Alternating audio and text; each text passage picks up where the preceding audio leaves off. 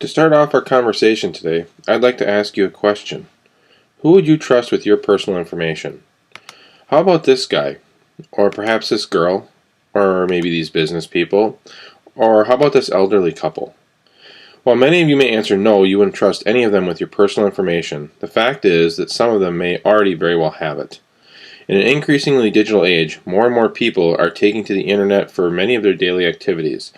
This has led to a new form of data collection that can be used for both legal and illegal means. Let's think of it this way. How many of you still carry around large amounts of cash in your wallets on a daily basis as opposed to the more simplistic method of carrying around a credit or a bank card? The question is very similar to that of asking when was the last time you wrote a personal letter to someone as opposed to an email or sent a text message. The evidence clearly shows that our society is becoming increasingly more dependent on digital e-commerce. According to an article written by Donna Hoffman, Thomas Novak, and Marcus Peralta, U.S. consumers conducted over $37.5 billion in online purchasing in 2002 alone, and it has only grown larger from there. While many of us rely on digital means to conduct our lives, the fact of the matter is, data is collected and utilized for various reasons. Later we will look at some of the legal means and illegal uses of this data. The more troubling fact is that while this data is supposed to be secure, data breaches do happen. People get a hold of our personal information, sometimes for malice reasons. Some of the more recent data breaches we may recognize happened at Target and Home Depot. Target had what was arguably one of the largest and most impactful data breaches that we know of. Having credit or bank cards numbers compromised impacted many consumers. Did it impact you? What are people attempting to do with this information? Do you know if yours is one of the numbers compromised? How would you find out? And what could be done about it? These are questions many consumers faced after news of the data breaches came out.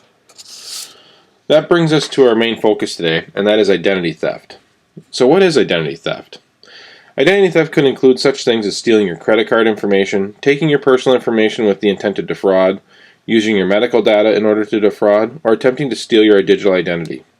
In 2012, Microsoft Corporation expanded their definition of identity theft to any kind of fraud that results in the loss of personal data such as passwords, usernames, banking information, or credit card numbers.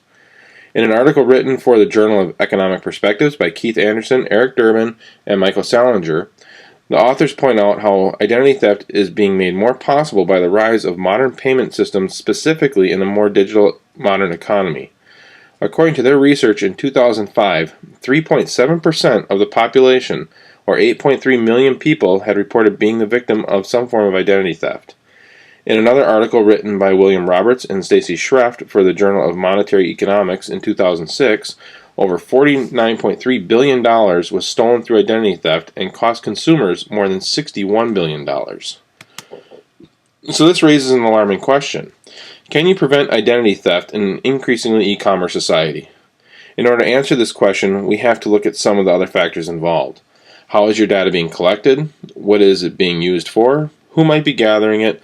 And what can you do to decrease the odds of your identity from being compromised? So how safe is your personal information online? I'm sure many of us have thought about this question at some point or another. With an increasingly e-commerce society, more and more of our transactions are taking place online.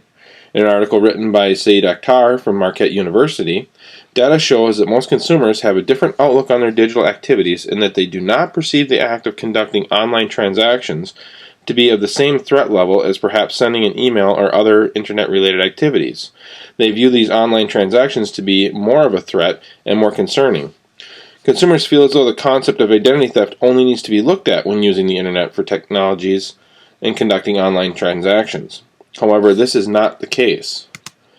Much of our personal information can be collected for legitimate uses, many of them geared towards direct marketing strategies.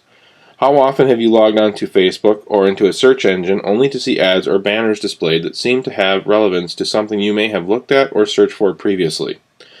This is an example of creating specific one-to-one marketing strategies based on legally obtained personal information. In an article written by Chris Clifton and Don Marks in 1996 for a data mining comparison, the authors point out that the fact that data mining can be used to identify specific information about an individual or trends can be used for pointed marketing strategies. Advertisers will use this approach to further increase their response rates from advertisements, thereby increasing potential profits. However, there are many illegal uses for your information as well.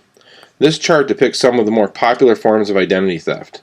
Also, in the research from Anderson, Durbin, and Salinger, credit cards accounted for 2.9% of the total 3.7% of those identity theft claims. That means that credit card theft is the largest area being targeted by identity thieves, and for good reason. It stands to give them the most monetary gain in the shortest amount of time. Many people think to themselves, I am careful online and this couldn't happen to me. If we look at some of the demographic research on who is being impacted by identity theft, as shown in the chart here, we can see that survey results from the Federal Trade Commission in 2013, identity theft has become a large demographic impact. More so on the 20 to 29 age bracket, but really doesn't have a significant reduction until age 60. This is a large area of the population that is being impacted by identity thieves, and many of us are probably part of this demographic. After seeing the primary age brackets impacted by identity theft, I wanted to see if there was any correlation with those results and that of internet usage. Keith Anderson published his research in the Journal of Public Policy and Marketing, addressing some of these very items. In his research, he was able to prove that households that have more online transactions have a greater risk of identity theft as opposed to them that do not. Households with more children are more likely to experience identity theft due to the increase of online transactions, as well as homes with adults that have higher education are more susceptible to identity theft due to the increase of credit cards. He also further solidified the age demographic of 25 to 34-year-olds being more impacted by identity theft. In this chart provided by the online source eMarketer.com, we can see the drastic increase of online usage through multiple devices. As this increase has occurred, we have also seen an increase in identity theft. In a research study conducted by Dr. Zachariah Salih, he discovered the upward trend of identity theft as correlated to increase of use of online transactions. His findings show in 2009 identity theft ranked at 8.2% of all crimes reported in the United States, while in 2011 that number jumped to 21.7%. If we correlate that with the chart showing time spent online, we can see a similar increase in online usage. Another interesting fact Dr. Salih discovered was that in 2011, approximately 1,125,000 people reported being the victim of some form of identity theft. Let's take a second to reflect on our own lives. Has living in an e-commerce society changed how you interact with the online environment? How many of us conduct purchases through online portals? It may be for ease of use, speed, or convenience, but many of us are transitioning to the online world to conduct day-to-day business. Many of us use online resources such as Amazon or eBay, for example, to purchase items. We may use those portals from many popular retailers. How many of us prefer to go and do the physical Black Friday shopping in stores as opposed to doing the Cyber Monday shopping from the convenience of our homes using the internet? These are answers that are all based on the individual. However, the end result is the same. We expose our personal information, more often a credit card to purchase an item, but also provide personal information such as addresses and phone numbers in order to have that item shipped to us. This is where the identity thief may be lurking. According to Anderson, Durbin, and Salinger, identity theft happens when enough data about an individual is acquired to counterfeit the link, allowing a thief to replicate one's identity and use the information to purchase or defraud. This chart from USA Statistics shows that steep incline of online transactions from 2012 through what they project in 2018. More and more users will be using online technologies to make purchases or conduct online transactions. So what are identity thieves actually doing with the information they steal? Claire Sullivan presented her research in an article for the International Review of Law in Computers and Technology, addressing this very question. In her conclusion, she identifies the act of identity theft to that of someone using another identity to commit fraud, thereby infringing on the person's rights and causing them harm. I found it to be very interesting that her definition is actually written into the laws of the UK for prosecuting identity theft. Identity thieves can use your information for multiple items. One of the largest that we have seen in previous slides is that of credit card theft. So you think you have been or know you have been a victim of identity theft. Now what do you do? While researching for case studies of actual identity theft, I found out that I in fact was a victim. I had received a call from my bank informing me of some weird transactions that were beginning to show up on my credit card account. This gave me a first-hand experience with the identity theft process. In many of the phone calls and conversations that followed, I asked the representatives from the bank how this could happen. I included their quote on this slide. The number of ways a thief can steal your credit card information is mind-boggling and doesn't always have to be by getting a hold of your physical card.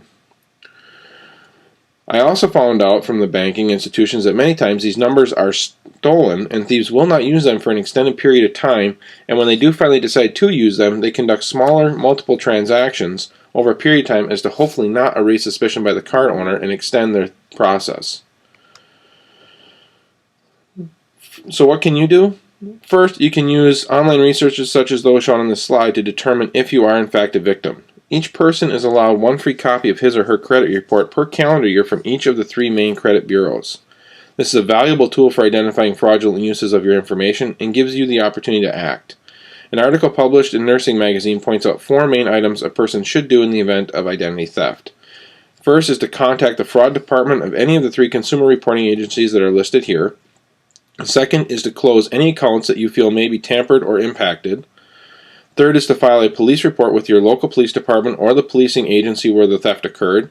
And fourth is to file a complaint with the Federal Trade Commission that will allow them to help track and identify identity thieves. Now that we know how identity theft can impact us, how can we prevent it from happening? An article written by Daniel Hoffman, Novak, and Peralta examined this topic and found that in many cases, merchants need to win the confidence of consumers in order to gain their trust in an online transaction environment. Their study found that 95% of the time, a user declined to enter their personal information into any website they felt was not trustworthy. One of the ways merchants can win that trust is by ensuring that they are using secure connections for online transactions or anything that would require the transmission of personal information. As a consumer, we can learn to identify these secure connections by understanding the difference between a simple HTTP connection for a site or the more secure HTTPS connection. Watching for the HTTPS connection whenever we transmit our data is one way to ensure a secure connection has been established and will reduce your chances of identity theft. If you do not trust a site, do not transmit your information. Review the strength of your passwords you use to protect your digital identity. Create passwords that are at least 8 to 10 digits long and contain combinations of letters in upper and lower cases, numbers, and symbols. Try to create passwords that are not easily guessable by a stranger and that could get some of your simple information. Do not use, for example, phone numbers or addresses as your passwords. Some consumers rely on online watchdog services such as these to help protect their identities. Many of the services come with a fee, but also offer guarantees of their success with a monetary backing in case of any identity theft resolution processes. They monitor your accounts as well as exposure of personal information on the web to attempt to catch or prevent identity theft practices. You can also take an active role in monitoring your identity.